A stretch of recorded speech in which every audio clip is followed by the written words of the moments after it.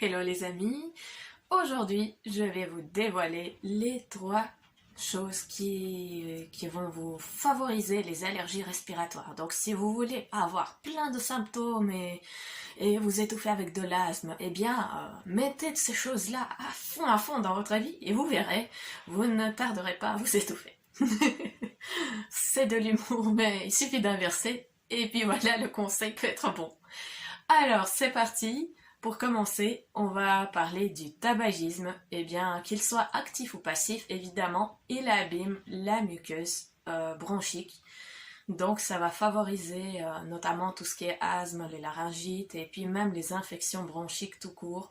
En fait, le tabagisme appauvrit bien évidemment la microflore de la muqueuse et de ce fait, de plus en plus de substances non autorisées passeront dans le sang et déclencheront la réaction immunitaire. Et bien sûr, si vous avez un terrain allergique, eh bien, il y aura la libération de l'histamine. Et vous voici dans de beaux draps avec des merveilleux symptômes que vous adorez. Alors, le deuxième truc que vous devez vraiment à fond favoriser si vous en voulez, des réactions allergiques, eh bien, du stress. Stress à fond si vous voulez des allergies. Oui, le stress, il affaiblit l'immunité, il affaiblit beaucoup de fonctions dans l'organisme, il perturbe énormément de fonctions également dans l'organisme, du fait que vous êtes, vous êtes en surproduction de cortisol et d'adrénaline. Ces hormones sont excellentes quand il s'agit d'affouir un danger, quand il y a une réaction de lutte ou fuite que vous devez mettre en place. Si vous devez combattre un lion ou un ours des cavernes, bah là c'est clair que vous en avez besoin.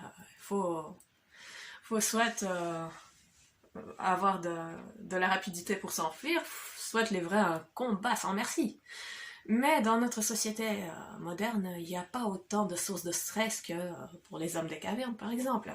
Donc, qu'est-ce qui se passe? Eh bien, on stresse, on stresse, on stresse.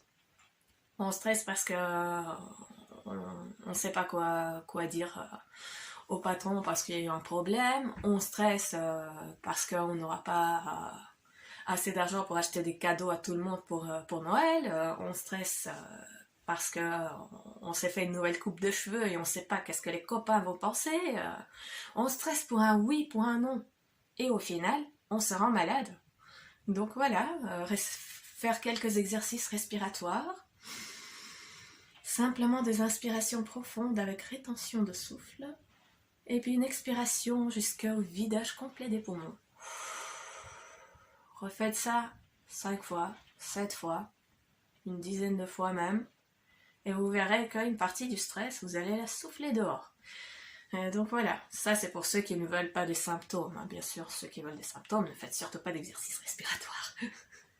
Et le troisième élément qui va absolument favoriser tout ce qui est allergie respiratoire, c'est la pollution.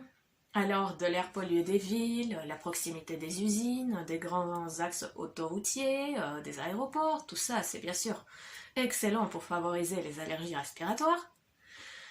Et à côté de ça, ceux qui n'en veulent pas, bah, l'air de montagne ou l'air du littoral, ce sont les meilleurs airs. La campagne, c'est pas la panacée non plus, parce que bon, y a quand même pas mal de champs qui sont arrosés avec des beaux bouquets de pesticides. Donc ce n'est pas toujours la solution, la campagne. C'est vraiment plutôt la nature, le grand air, les montagnes, le littoral. Ça, c'est déjà nettement mieux. D'ailleurs, une personne asthmatique qui part en vacances et qui choisit une des destinations comme les montagnes ou bien le littoral, elle se retrouve toujours mieux portante après des vacances comme ça. C'est normal, cet air-là, il est vraiment chargé en ions négatifs.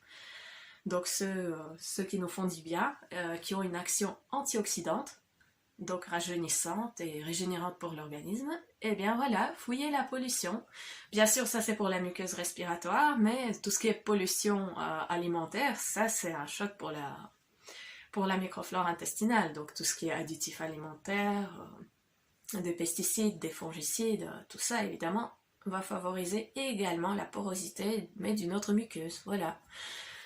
Sur ce, cette petite vidéo prend fin, et prenez bien soin de vous, ou pas, c'est à vous de décider, c'est votre organisme. Mais essayez, comparez, et voyez si ça fait du bien, si ça vaut la peine de garder ces habitudes. Sur ce, belle et lumineuse journée à vous. Namasté!